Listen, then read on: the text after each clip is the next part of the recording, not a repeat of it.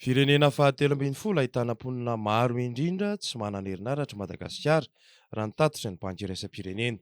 Malagasy 20% tapitrisa ny tsy manana jiro ao-tokantranony, izany hoe tsy manana herinaratra. 13,7% ny tahan'ny fananana herinaratra teto ny taona 2024. Tena latsaka ambany dia ambany be io raha ampitahaina amin'ireo firenena afrikanina aty amin'ny faritra atsimo Sahara satria mahatratra 20,4% izany.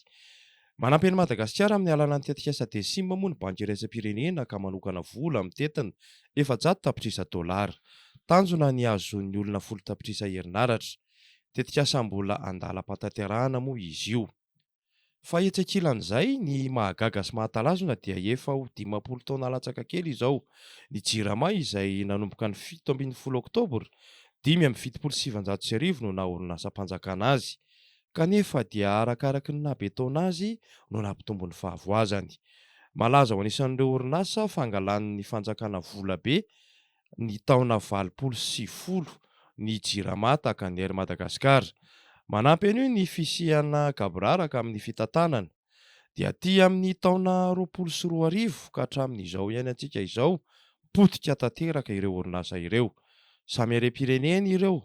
Fa ny JIRAMA moa no tena misy fiantraikany henjana isan'andro any amin'ny fiainam-bahoaka sy ny tontolon'ny asa ary ny toe-karena amin'ny ankapobeny. Nankalazaina ny teny filamatra hoe JIRAMA manavao na la JIRAMA innove. Saingy ny hita aloha dia JIRAMAty na la JIRAMA est morte.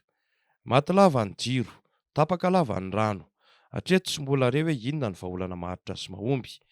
Ilay orinasa moa tsy manana tale jeneraly hatramin'izao.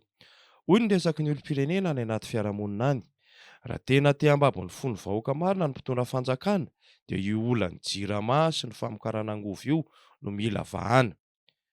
Dia aza janona ho propaganda fotsiny ilay vavabe tamin'ny 2024 nanao hoe ampitomboina 2 avoe ny herinaratra vokatreto ka efa 100 megawaty ho lasa 700 megawaty. Na ny angovo mampiasa solika na ny angovo azo avoazina dia mitaky fampiasam-bola matevina. Ko raha tena mahay sy mahiran-tsaina ny mpitondra fanjakana dia mitady ny mpakasy tetika rehetra hanatanterahana izany, fa tsy mitavandra fanampiana sy mampijaly mpanjifa fotsiny. Hoy hatrany ny mpanjifa ny JIRAMA efa tena reraka manefa faktiora isam-bolana kanefa miaina anaty haizina sy tsy manan-drano lava. Tsy vahaolana mandrakizay ny fitsitsiana. Tsara ho tadia ihany koa fa tsy misy fampandrosoana vanina rehefa tsy ampy ny angovo ampiasaina.